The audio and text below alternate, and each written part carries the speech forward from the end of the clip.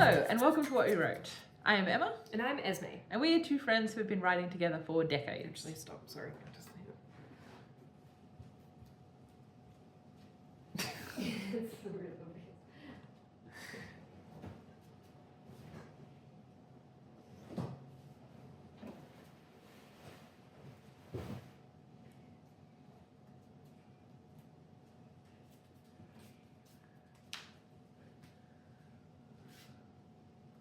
Can't see it much. Okay. Sorry, carry on.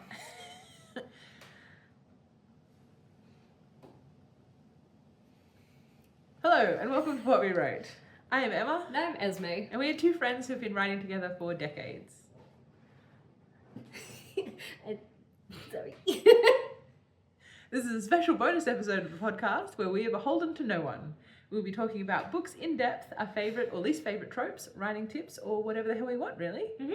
And this week, we are talking about love triangles. Love triangles. Love triangles. Very, very common trope. Yeah. Yeah. So this is the second of our trope talk episodes, where we talk about tropes that we love, tropes that we hate. Yep. That's all that kind of stuff. That's That's the dichotomy. Yeah, that's I guess. the dichotomy. Yep. Yeah, and so I guess we often see love triangles in YA, fantasy, or romantasy. Romance. Yeah, and romance. Yeah. Yeah, they're probably the most common places that you will come across a love triangle. So they are definitely a staple cliche or trope. Yeah. And look, I can get on board with a well-written one. Yeah. They're not my favourite. No, they're not my favourite. I don't seek out no. a love triangle, but if it's there and it's done well. Yeah, I feel like there are very, very few love triangles that I feel like were justified. Oh yeah, 100%. And usually it's like, oh, that was a good book otherwise, and it kind of happened to have a love triangle in it that was like fine, I guess. Yeah. But it's certainly not something like you know, our previous trope talks episode we talked about enemies and lovers, and like I do love enemies to lovers. Yeah. Like a well done enemies to lovers. Ooh, it gets me tingly inside. Yeah. But like the love triangle, I'm pretty meh about it. Like, well, I think it was really overdone. yeah, for sure. But I just think, like, I don't know, I guess I'm more of a one true pairing kind of gal. Like, yeah, I think I kind of want my romances to feel like this is the person. This is it. This is it, you know? Yeah. This is the correct choice. Yeah. And like, even if that sort of, you know, relationship is sort of dragged out over a long time or there's lots of obstacles, I like it to just be like, well, we know where it's going and we know who's going to be, and like, I don't know, love triangles just often feel like such a fake out to me. Yeah, they're often just like a red herring. Yeah. And that's the thing, when a love triangle is done badly, it does annoy me to no end. Oh, it's dreadful. It's just like, why we're wasting time on this? Yes. Like... yeah, for sure. So yeah, I guess why would you have a love triangle? Why would you? Why would you? But yeah, I guess like, I think it is I think a lot of, especially with YA, it's a marketing thing. Yeah. Because it does create that Team Edward, Team Jacob vibe about it. Yeah. You know, Team Katniss, Team Peter or Gale. Yeah. Like, it does create that in the readership, a discussion. Yeah. Which, you know, bumps it. Yeah. And I mean, you know, look, these days people market their books based entirely on tropes. Yeah, which I can't get on board with. Like, you're basically spoiling it. Yeah. But anyway, there's anti-spoilers over here. well, no, but it's like they've. Yeah. Anyway, that's a whole other episode. This whole thing with the arrows and I don't like it. Don't do that, please. If I see that, I scroll. But yeah, and I think, you know, a good love triangle does create a little bit of tension, and is a good way to like explore the character and the character's emotions. Yeah, so I mean, look, for me, a good love triangle is a triangle that is a choice between more than, I mean, let's be honest, it's usually two men. hunky dudes. Yeah. I haven't read a lot of romance novels or anything really where the love triangle is between one guy and two girls. No. For, you know, whatever reason. Yeah. So I think for me, like, if it's going to be a good love triangle, it has to be about more than the men. Yes. It has to be about, like, between facets of the protagonist's personality, or Yes. like what they want and what they need. The character or, growth, even. Yeah. Yeah. Good flesh out characters, I think, is important, because often you have the one that everyone knows that they're gonna end up with. Yeah. And then the other one who's just kind of He's there, kind of there. and he's annoying, and he's basically just an obstacle to slow down the progression of the real romance. because, you know, if they get together in the first book, it's too soon.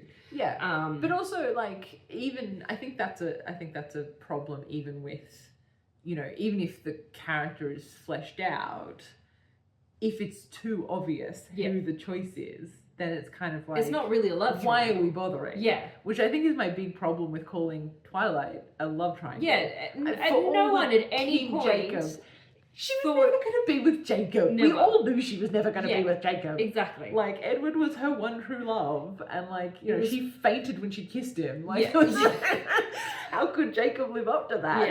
Yeah. Yes, and that's and I think that's a very good representation of what a bad love triangle is. Yeah, absolutely. Because at no point did anyone believe that she's ever going to end up with Jacob. No, absolutely not. And, like, I feel like Team Edward and Team Jake was more about which character the reader would liked. choose. Yeah. Then, Than, like, whether you actually thought it was going to turn into a romance. And, like, you know, all that fucking around in New Moon while Edward was it's a whole book. It's a whole book Of and, like, just... she's hallucinating Edward all the time. Yeah. And, like, putting herself in suicidal position so that she can hallucinate him. She was never going to pick Jacob. Yeah. And Like, honestly, Jacob needs to get the hell out of that. yeah, exactly. Like, yeah. It was a toxic relationship So for Jacob. toxic, yeah.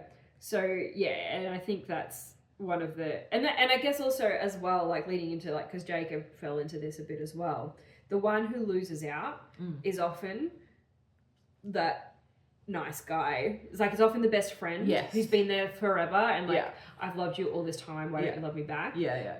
Or, it's just that quintessential nice guy trope, which is just... It's like Shadowhunters by Cassandra Clare is another really good example of that. Simon was the nice guy best friend. We've been best friends forever. I've been secretly in love with you all this time. And then you go and pick this other guy. Dude. This hot Yeah. angel man. And, like, I'm sorry, but if Clary has been with you all this time and still isn't interested in you... Yeah, she probably isn't going to be. Yeah. Like, get over it. Yeah. Move on. Move on. Yeah.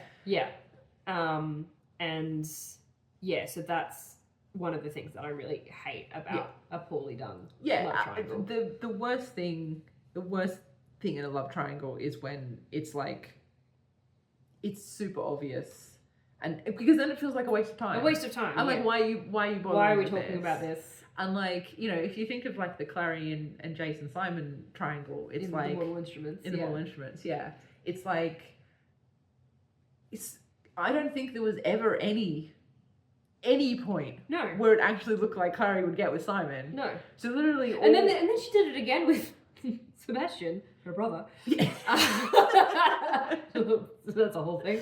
But, like, then, like, so she fixed the love triangle with Simon and was like, oh, now Clary and Jace don't have any obstacles in their way. Apart from the fact that apparently they're siblings. Yeah. So I'm going to bring in the actual sibling and have a love triangle with him. Yeah. Like, what?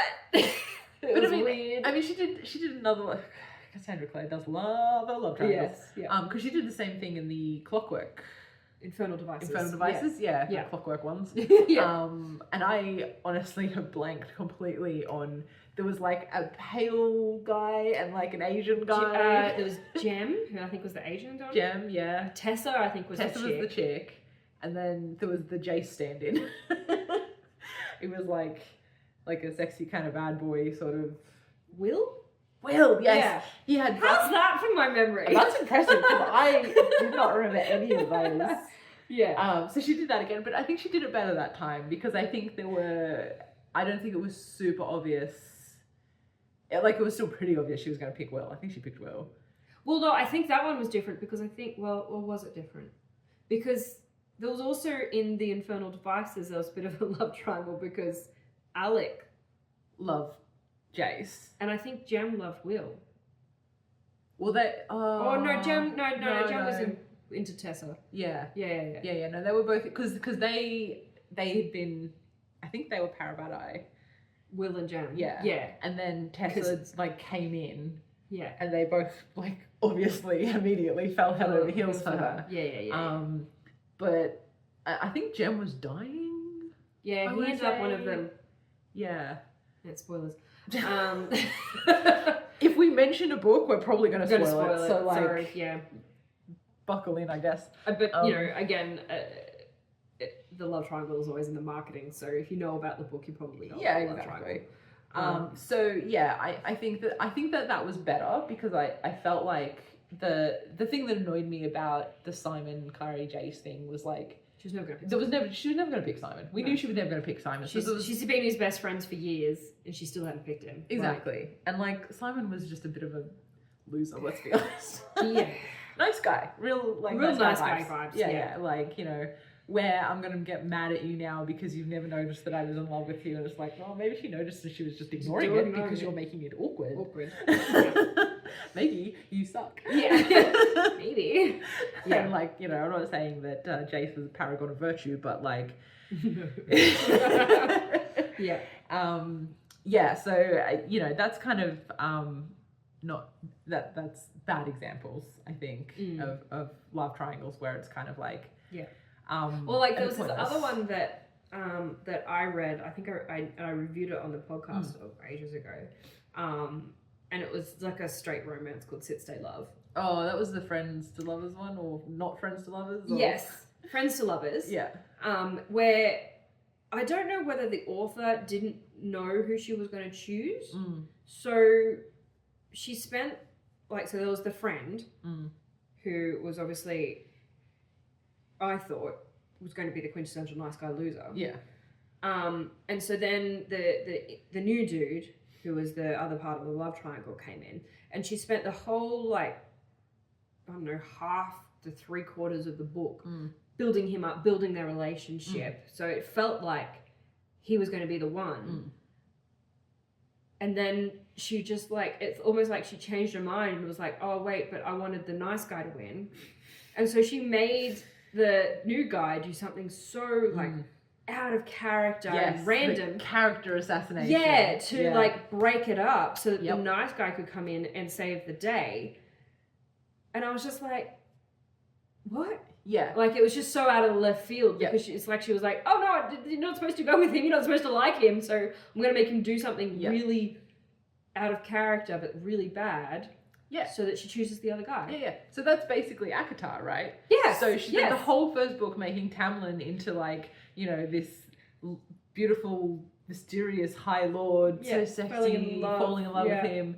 And then apparently decided halfway through that actually Reese was it and was like, great, now I have to make Tamlin do something so unforgivable that we can completely assassinate his character, and so Reese becomes the obvious choice. And she didn't even do that in the first book. She waited until the second book to do it. And then spent 20 pages being like, yeah. And suddenly, by the way, Tamlin's now a dick. Yeah, Tamlin's now a fuck. Yeah. So, okay. Sure. And we did a bit of research before this episode, looking for love triangle examples, and ACOTAR always comes up, and I'm like, I don't know if I feel like that's even a love triangle. No, because yes, Reese appears a couple of times in the first book, but never really, not as really as a love interest. He's like an asshole. He tortures her. Assaults her, drugs her. So many problems, but anyway, he's just like a dick, basically. Yeah. And so it's kind of like, okay, what are we doing here?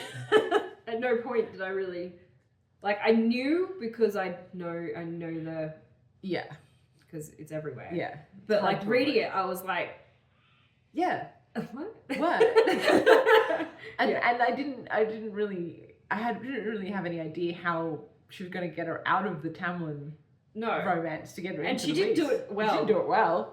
It was literally in the beginning of the second book, she was like, and Tamlin started acting really weird, and now I don't like him. Yeah, it's like you said with the Sit Stay Love one. Yeah. Just do something Make completely him just do something completely different out of character Yeah. and like so abhorrent that like absolutely immediately destroys any chance of that romance getting off the ground. And it's like, What? okay, Yeah. but like that's not how you wrote that Yeah. to start with. So Yeah. like what are we doing here? Yeah, and so I think that the downfall is not really developing your characters and sticking to it. Yeah. And like, I'm sorry, but if you are writing a book and your characters develop in a way that you weren't expecting, as we know very well, sometimes you just have to change the story. Yeah. Sometimes you just need to change the love triangle halfway through. Exactly. Sometimes who you thought was going to be the right choice is not the right choice anymore. And so you've got to change everything. Everything. That'll be a behind the scenes talk in the future. Yes, But yes. Yeah. Yeah, sticking to your characters. Stick to your guns. Build a good character and stick to it. Yeah. Don't manipulate them into moving the story the way you wanted it to be. Because if you're doing that, you're not being true to the character. Yeah, absolutely. And, your readers can tell. Yeah, you can manipulate the circumstances around an event. Yeah, sure. But you can't manipulate the character's reaction. responses to that. Yeah. And your character is your character. Yeah, and if you've written a character who's a good person, then they have to react the way a good person would react. You can't just suddenly be like, suddenly you're an asshole. Yeah. Like, that's not how that works. Unless they're like a psychopath. Yeah. In which case, again, they're never going to be part of a decent love triangle, because as soon as you find out they're a psychopath, they're out. Like, that's not a love triangle. That's just tricking your main character. Yeah. I mean, look, I think there's... So one of the other examples we had on our list was Phantom of the Opera. Yes. As like a good example of a love triangle. Yeah. Because what's her face? What's her name? Christine is choosing... You're doing a really good job. I'm not great with names, I'll be honest. So like, because the choice before Christine is the Phantom or Raoul. Yeah. Who, like, fucking, why would you choose Raoul? But whatever. But like, the choice is not between really the two men. It is between what the Phantom is offering, which is this kind of insane muse situation. Where, she's tutored to be this incredible singer. But at the cost really of her soul. And Raoul, who's like a normal guy. Who just loves her. And just want to have a happy ever after. And they're just having going to have like a normal life. Perhaps she won't reach the heights. She won't be in the spotlight. Yeah, exactly. She'll be, it's kind of that almost Faustian bargain, right? That she's kind of facing. And in that case, yes, the Phantom is a psychopath. Yes. And that doesn't necessarily exclude him from love triangle. True. Yeah. But that is a very special case. Yeah. And it's not like at any point he really hides that he's a psychopath. No, like exactly. It becomes apparent quite early on. Immediately. Yeah. When he takes her down to his lair. Dungeon. Exactly. Like it's pretty obvious. With this, scary candle dungeon. So with his scary model of Christine. That's at the point where you run away. Yes, exactly. No matter what he's offering. Please. It's fame. No.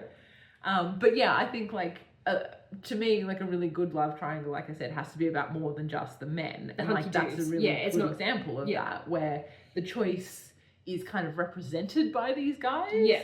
But it's not necessarily that we're just picking between who's the guy that we think is hottest. Exactly. Or whatever. And like you said, it's much the same with the Hunger Games. Yes. Like that's quite a good representation. Yes. The books, not the movies. Yes. Yeah. The movies kind of fuck all over that. Yeah.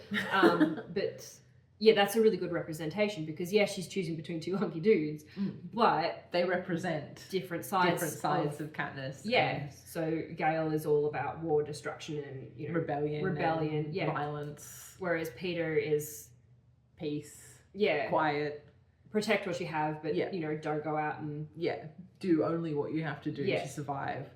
And nothing more, kind of thing. Yeah, exactly. No retaliation. Yeah. It's not vengeance. It's survival. Exactly. So that I feel like was quite well done because she has to make that choice between her life that she wants. Yeah, exactly. And not even like the life that she wants, but like who she can live with being. Like what choices she makes and can she live with those. So that's a... Yes. I think... And at no point do any of those characters stray from who they are. No, like at absolutely. no point does Peter become like bloodthirsty, except when he's possessed. And at no Mind point, control doesn't count. Yeah, mind control doesn't count. And at no point does Gale suddenly become peace and love. a peace and love. And Katniss doesn't change. Really, like she's battling with this internal. Well, and thing. I think that like as well, like Suzanne Collins does an amazing job with Gale and Peter of like building their entire identities around what they represent. So like Gale is a hunter. Yes. He is a soldier. Yeah. Peter is a baker. Yeah. He's a painter. He's an artist, you know, and I think it's interesting that like at the start of the Hunger Games, Katniss obviously is much closer to Gale. Yeah. And she is a hunter and she is, you know, throughout the first Hunger Games, she is, you know, more on the violent side of things. But I think that she makes a conscious choice to step away from that side of herself by picking Peter. Yes. And she's saying like, you know, yeah, well, I could be that. Yeah. But I'm choosing this. And even the way she goes about ending the rebellion, like, you know, Gale's idea of ending the rebellion is obviously just flat out burn down the capital. Yeah, burn it all down. Whereas Katniss is very much trying to convince the people and, you know, be an icon. And, you know, she takes a very different path to that and is very much against almost like the war kind of thing. Yeah, and, you know, the whole thing that, you know, she is kind of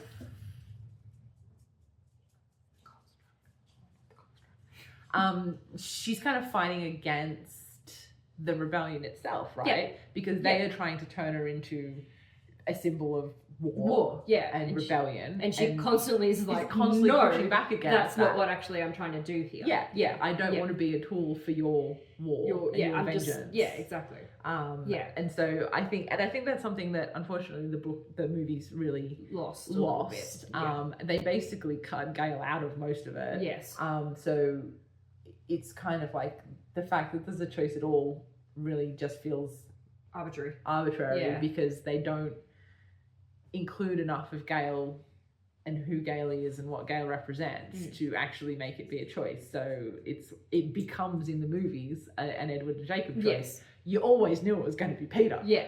Obviously it was going to be Peter. Yeah.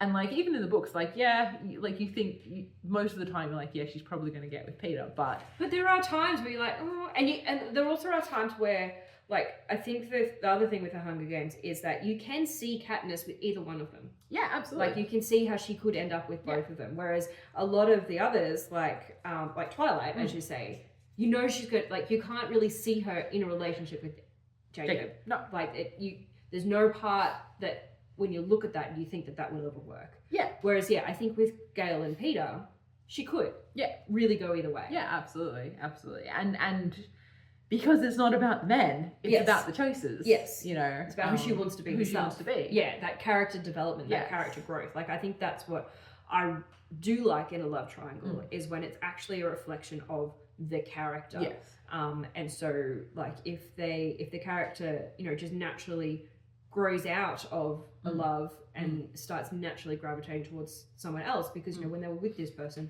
they were a different person and then they've like grown past that. Like I think that's a good study. Really, absolutely. And I think like one of the other really good love triangles that I had written down is Wicked, which was the rare instances where the male is the central one that they're fighting over. And I think that again, the choice between Elfie and Glinda for Fiyero is a choice between living within the status quo, as knowing that it's wrong and knowing that there is oppression and you know genocide basically kind of happening towards the animals, and not wanting to take a stand, like not wanting to rock the boat and you know take the risk. And Elfie, who represents standing up for what's right at no matter what the cost. And I think it's really interesting that, I mean, it's been a long time since I've read the book, but even just thinking about the musical, like, Fiyero stays with Glinda a long time, even after he's kind of fallen in love with Elfie. You know, and you can see that in the song Thank Goodness, where he's kind of butting up against Glinda being like, isn't it great? Everything is fine. And he's Isn't like, it wonderful? And he's like, can you hear what they're saying about her? Like, Yeah. can you see what is happening here? Yeah. And Glinda trying to still pretend everything's fine. Yeah. You know, oh, he's just going to get me a drink. Yeah. Everything's wonderful. Yeah. And like it's just so interesting that like you can kind of see that that choice that Fiero then makes to then go with Elfie and be like, well, I'm risking everything. I am throwing everything away. Yeah. Because I've realized that I can't live with not making the right choice. Yeah. I can't just pretend that everything's okay. Yeah. I have to do something. And you know, it costs him, you know, he's turned into a scarecrow. Yeah. It's a rough choice for Fiero there. But Yeah. you know, again, it's just like in the Hunger Games where, you know, Fiero's choice is not between... It's not really about the women. Yeah, it's not between Glinda and Elfie. Yeah. It's between complacency and action. Yeah. And that's what makes it so interesting. Yeah. You know, and engaging. Yeah. When, you know, I think a lot of... And I think a lot of the problem with a lot of love triangles that came out post Hunger Games is that they took the they surface took the love level, triangle, but forgot to... They didn't realise, I think, how much was under it. There was the symbolism and the... underpinning. And, like, it's something that, you know, that whole swath of, like, dystopian YA that came out after the Hunger Games, the kind of copycat books, again, like, they did that with the whole genre almost. Yeah. They took the surface trappings of, like, oh, well, Dystopia. you know, there's districts and it's dystopian and there's a, you know, evil capital kind of thing. Yeah. But without the actual commentary of they what lost was the happening. commentary. Yeah, you know, like they, you know, the Hunger Games was like this sort of, you know, scathing commentary on capitalism and, you know, the literally, it's called the capital. Exactly, and like, you know, the consumerism. Yeah. And then all these copycat books were like, oh, it's about the districts and the, you know, and like the who are you? Are you the like? Like are you in abjuration? That's D&D. It's ab something. Or Dauntless, or, you know, which camp are you in? Exactly. And they did the same thing with the love triangle. They're like, oh, well, this genre has to have a love triangle. And just slapped a couple of bland dudes in there. For the protagonist to pick between. But like they missed the meaning of it. And like that's what makes the love triangle juicy. You know, and like the central character really needs to like... Well, I guess the thing is, like, to have a love triangle that is worthwhile and good, it needs to contribute something to the story. So, like, another one that kind of contributes to the story, but not necessarily in that kind of way, I think, is going back to a classic Pride and Prejudice. Of course. Where you've got Mr. Wickham and Mr. Darcy. Yes. Sorry, I'm just going to sneeze for a second, I think. Thank you. So you've got Mr. Wickham and Mr. Darcy. Yes. Now, at no point do you ever really believe that Elizabeth is going to end up with Mr. Wickham. No. Like, he's obviously... We all know Elizabeth Darcy. and Darcy is the end game. Yeah. And so that doesn't necessarily make it bad, though, because Wickham still had a purpose. Yes. Because basically Wickham was one of the first instances where Elizabeth started to realise that her perception of things that she thought she understood was maybe not quite right, and she was not right about everything. Exactly. So that, I think, was the first, like, you know, crack, I guess, in her realizing that, oh, she's actually been looking at her Darcy prejudice the wrong way. So having that interaction and that relationship with Wickham was a stepping stone to get her to the point where she started looking at Darcy. Yeah, absolutely. And I mean, you know, again, Wickham served a plot purpose. Yes. In that, you know, by, like, he obviously was trying to, you know, con Elizabeth. Yeah. In the same way that he ended up conning Lydia. Yeah. And Georgiana. And Georgiana, And by doing that, like, he gave Darcy the opportunity to show that quality. And Mr. Darcy was right. Yes. So does that mean everything else he said was right? Maybe there is some validity to, and like, I mean, like, obviously Pride and Prejudice is an amazing story, and like we waxed poetical about it in that Enemies to Lovers episode as well, because it's just so a great good. book, guys. It's so good. Like, if you haven't read Pride and Prejudice, read what Pride is and wrong with you? Prejudice. Yeah, like, it's not so good. It hasn't come through all of these years as being brilliant. And had so many adaptations, reimaginings, and it's real, guys. It really is good. It's so good. Yeah. And like, you know, because the relationship between Elizabeth and Darcy is both of them realizing that they are flawed in the ways that they have interacted with other people. Yeah. And for Darcy, he kind of comes to that through like realizing that actually he kind of loves Elizabeth, and actually maybe it doesn't matter so much that maybe he was a little maybe bit he of a dick was a about bit it. of Yeah. like, you know, maybe it's possible for him to, you know, see past class and like, you know, maybe it's more important to have somebody who is lively and intelligent than somebody who's rich.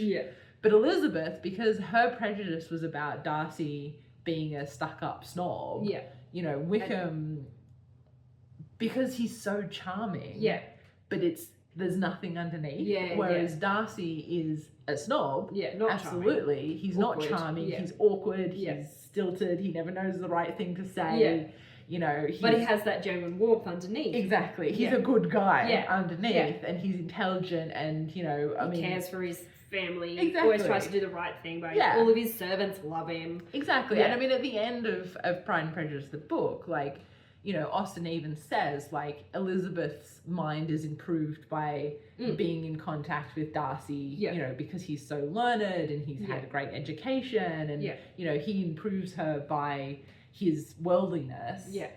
And she improves him by her liveliness and her warmth and her charisma. Sort of charisma. And I think, you know, Wickham is the charisma with nothing underneath, and Darcy is the everything underneath but nothing on the top. No so again, it is, you know, it's kind of a love triangle. But it's more than a love triangle. It serves a purpose. It serves a purpose. Which, you know, makes it engaging. And it just doesn't feel like it's kind of there for the sake of it being there. Like I hate when it's like it's just shoehorned in. I hate there. it when it's the love triangle serves as the only obstacle to the relationship. Yes. Like it's like you have this relationship, the author's like, oh, but they get along too well. And I've got the rest of the book to go, or the rest of the series even. And they're happy now. So I need to think of like something to keep them apart, basically. And then so you just slap in some random dude for her to go, oh, but I like him too. Like, and I mean, I feel like the way that people are like, because like I said, we looked through a bunch of like lists of like books with love triangles in them to find examples and stuff like that. And like, I feel like the term love triangle is being applied very liberally. Because, like, I saw 50 Shades of Grey on this list, and I'm like, oh, you mean Javier, who, like, snogs what's-her-face Annabella once? Yes. Like, he is also the typical nice guy. Typical nice guy, best friend or whatever, who's in the book, like, twice, forces a kiss on her that she didn't want, and then vanishes. And I'm like, love triangle? That does not make. I don't think so. No. Like, I feel like for a long time... And then, like, another one that was on the list was the Titanic. Like, at no point was she ever interested in what's his face, the husband. The fiance. Like, she very clearly was very unhappy with him. She hated him. She like, so for a love triangle, the protagonist genuinely has to care for both of them and make the choice. And make the choice. Not just be like, have one of them die and be like, oh, well, I guess I'll choose the other guy. Like, die or go crazy or decide to let her go. Or like, no, you gotta pick. You gotta pick. Yeah, you can't have everything. And then the other thing that really annoys me, I think, that you see a lot of is like that constant flip-flopping between like, oh no, I really like this one, oh no, but I really like this one. Like, it's just too far when they take it too far. Like, if you're taking it past more than one book and you've got like a series of 3 or 4, it's too long for a good love triangle to last. Unless the main character, the protagonist, is not really engaging in it. Like, you can have these guys both be in love with her, and if Yeah. she's just like, I don't have time Yeah. for you. Which I guess is like Hunger Games. Yeah, exactly. Yeah. Absolutely. Like Katniss is like, you know what? Romance not top of mind right now. We're at war, We're guys. Shit is down. happening. There's more important things. I have become a political pawn and dealing with that. Yeah. But yeah, like I think that like, you know, you can drag it out by, you know, having the main character just not really committing. Yes. But it can't be so central. Like it has to Well, be that's like the thing. a I think, subplot, yeah, I think you a know? lot of the times the ones that I really don't like is like the whole book is the love the triangle. love triangle. Yeah, like which- that's kind of what Twilight was, really. Yeah. At least for the first two. The middle two? No, so it was New Moon and Eclipse. Yeah, where it was Eclipse, really, the middle two. Yeah. yeah. So like that's all of those books is Mm. what that was, really. Yeah. Like nothing much else really happened. But I don't think the love triangle is a good trope that you can base an entire series on, just the love triangle trope. Yeah, and like I think this is probably why I'm not a fan of it in romance books that are like straight romance, because then there's nothing else happening. Yeah. So it's all just about the love triangle, Yeah. and I'm just It's like, like, who will she choose? I'm like, I don't care. yeah. Like it works okay as a subplot if Yeah. there's other stuff happening, Yeah. you know, like in say a romantasy or Mm. you know, even a regular fantasy book or like whatever. Yeah.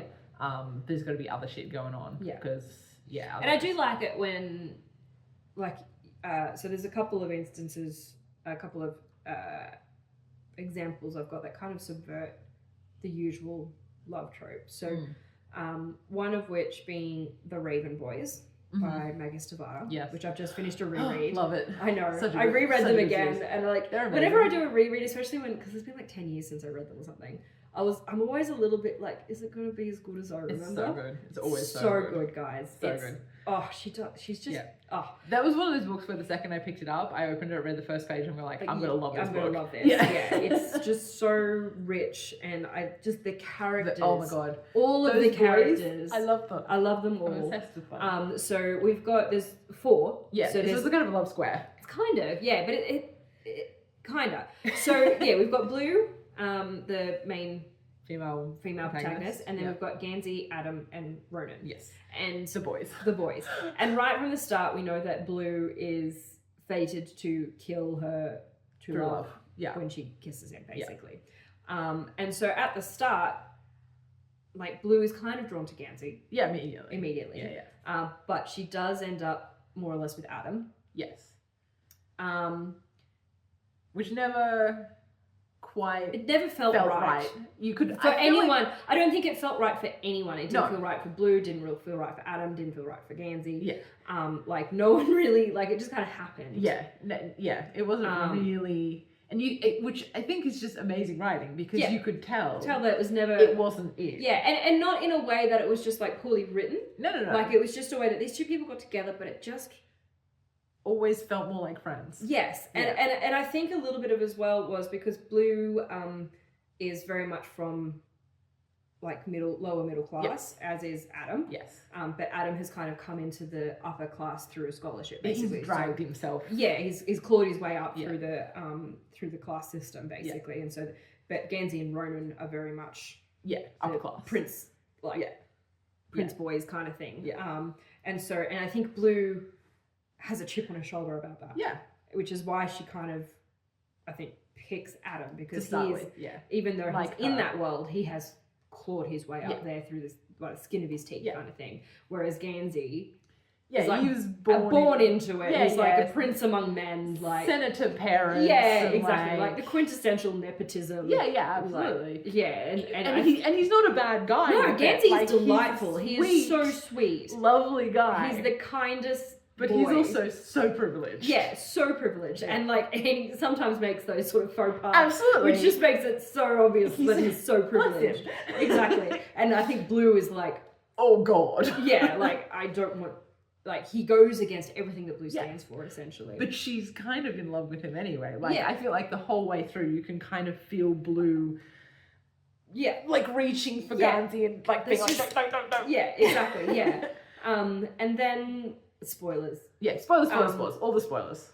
I kind of don't want to spoil it because I want you to live it. Just go read them, come back. Go read them and come back. Pause this, read 4 books. And then come back.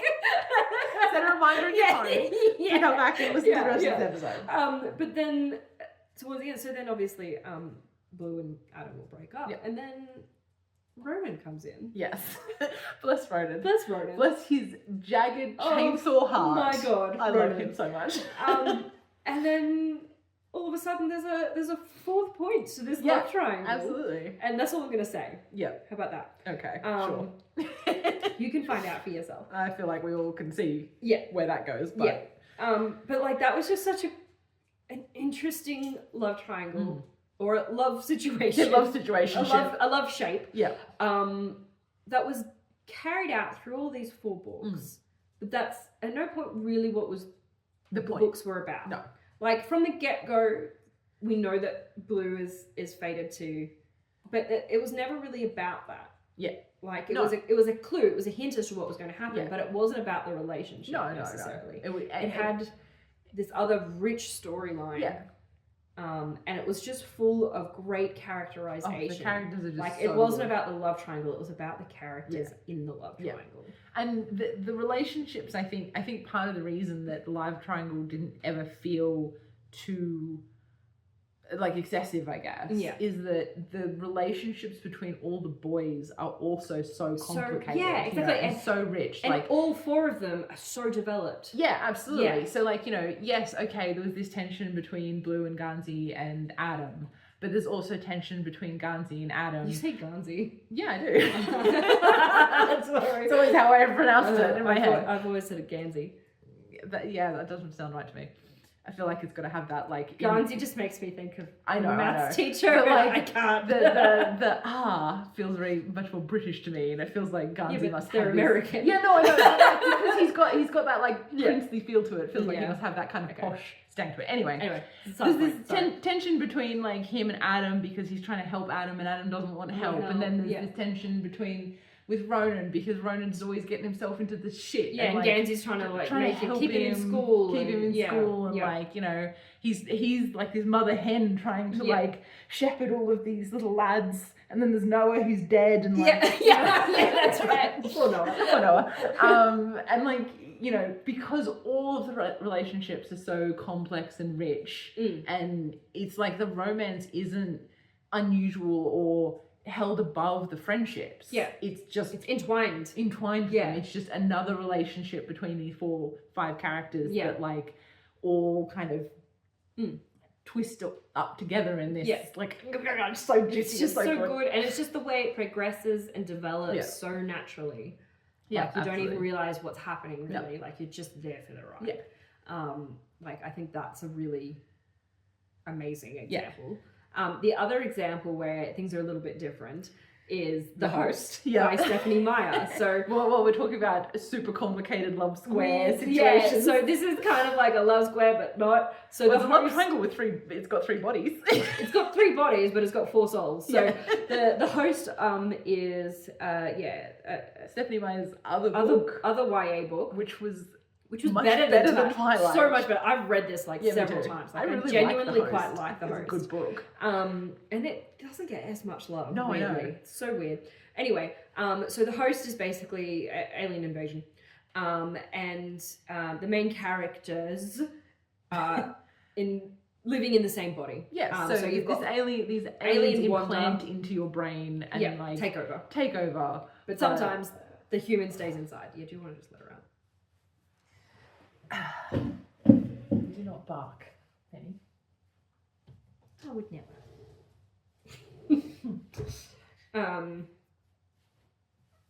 So that sometimes the human stays in there. So we've got Melanie and Wanda in the same body. Yep. But, and at first Wanda is really drawn to Jared. Yep. Because Melanie is. Yes. Because Jared is Melanie's boyfriend. Yes. Right? They're like, they're already together. Yeah. And so Wanda, I think, gets those feels from Melanie. Memories and feelings and all the brain chemistry is there. So she's naturally kind of drawn to Jared. But then Ian comes along. Yes, and I think like it's interesting because like as Mel and Wanda sort of learn, because they kind of learn to be friends and like yeah, live work together and, yeah. and form this kind of relationship in their own head. Yeah. Where before, like initially, obviously quite antagonistic because Yes. Mel's like, there is a foreign entity Yes. in my brain. Yes. But they kind of learn to become with friends each and live with each other, Yeah. and that gives Wanda more free will. I think free will Yes. and free and sort of like initiative. Able to sort of think her own thoughts Yes. as opposed to just whatever Melanie has. Yeah, is Yeah, like going forcing on. on it. Yeah. And so yeah, Wanda eventually sort of develops feelings for Ian, but of course Melanie still loves Jared. Yeah. And it's just a really fun, fucked up. yeah, little square that they have. Like I Yeah, really enjoyed that. That was really interesting. It and was. she handled it quite well. Yeah, I absolutely. thought. Like, better than she did in Twilight. Yes. Yeah, for sure. Yeah, so yeah, it is really interesting because it is kind of that like it's not really a love triangle. No. Only because there's one body. Yes. That both these men are in love with the body. Well, and even that though, from like Wanda is originally very much drawn to Jared. Yeah. But I think even that, like, so that in a way, but then Wanda herself grows and realizes that actually that's not me that is drawn to Jared. That's Melanie. Yeah. I have different wants and needs. Yes. So yeah, I think that's just really And there's a lot of fighting over the body. Yeah. Who gets to kiss who punches who. Yeah. It's very funny. But yeah, I mean, it's a surprisingly good book, honestly. Yeah. I really enjoy it. I've read it multiple times. Yeah, I've read it a lot of times too. But yeah, so it can be done. I just don't think you should devote your whole book to it. Yeah, I agree. Have it in your book, sure. Make sure I think it it's needs better to as be a there. Subplot than Yeah. a plot. Yeah, absolutely. But yeah, you need to make sure that it needs to be there. Yeah, and it's serving a purpose. Yeah. And like if you are going to have it as so. The other thing I find kind of gross that sometimes happens in love triangles, and I can't think of an example off the top of my head, but I feel like it's a thing, maybe more in like movies than books that I've read, is like either the central character feels like they're stringing along one of like, which I guess, Bella in Twilight. Yeah, like, stringing Jacob along. Yeah, she's acting like maybe Jacob there has was a chance. but there was never a chance. No. And so then it feels really unfair on that character because Yeah. they're just getting kind of strung along in this relationship that like, it's never going to happen. Yeah. Or I really dislike when it feels like there's like a contest. And so like both of the suitors are like competing. Yeah. And I think that happens when it's like the central point of the story because like what else is going to happen? Yeah. And so it's like, like constantly trying to one up each other or like interrupting each other's dates or like all that kind of bullshit. And I'm like, I don't like that. No. Like it just feels kind of like it makes the central character feel like a prize to be won, not a person who has agency. Yeah. Well, that's a little bit like To All the Boys I've Loved Before, I think. Yeah, that's definitely. very much. And I think as well, I haven't read it, but The Summer I Turned Pretty, I think, is also a bit like that as well. I've read The that one. Kissing Booth. That's all about like that sort of thing. And also it's very much, the other thing that really annoys me is when it's like the nobody girl. Yeah. No one recognizes. Then all of a sudden she's Everybody's like catnip. fought over. Yeah. I'm like, really? Okay.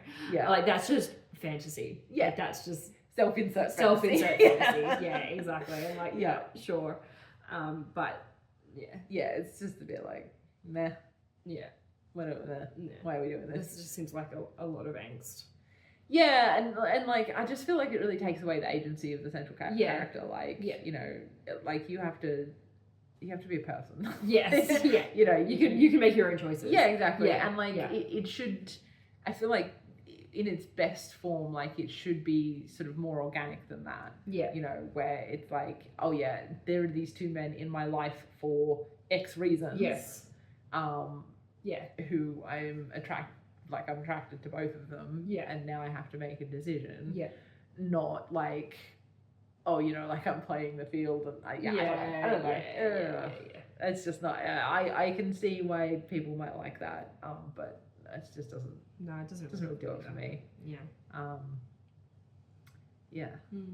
Yeah, I think that's it. That's all I have to say, I think. Yeah, I think so too. Can't have much more. Yeah. On the old love triangles. Yeah. So what do you think about love triangles? Love it, hate it. Love, hate it. Great examples. Yeah, do you have any other examples? Good or bad? Yeah. I'd like to know the bad ones so I can stay away from them. Or read them for fun. Or read them for fun and then talk about them on the podcast. Yeah, exactly. We do bonus episode, we did. Yeah. We do like to read good books on the bonus episodes too. Yeah, sometimes. Well, they're harder to find. Harder to find, harder to talk about. Yeah. They were good. I liked it. Yeah. End podcast. Well, we'll talk about when they're fine. Yeah. But yeah, that's it. So reach out to us. You can reach us on all the social medias. So we are on Facebook, Instagram, Tumblr, YouTube, TikTok. Which go to the TikTok. We're actually using that more. Yes. Nowadays, There's stuff happening. Apparently, TikTok's actually not too bad. It's a place to be. It is. If you stay on Book Talk. Yeah. Yes. Don't go into any of the scary corners. Yeah. Dangers beware. Yeah. But yeah, so we're there. Or did I say YouTube? We're also on YouTube. You might be watching this on YouTube. I don't know. And then you can also email us at whatwewrotepod@gmail.com. And yeah, we'd love to hear from you. Yes. Yeah. Tell us what you think about love triangles. What do you think? Love them, hate them? Yeah. I mean, look, I'd love for somebody to give me some amazing recs for good love triangle books. Well, maybe you'll change my opinion. I mean, that's what I mean. Like, I don't not like them.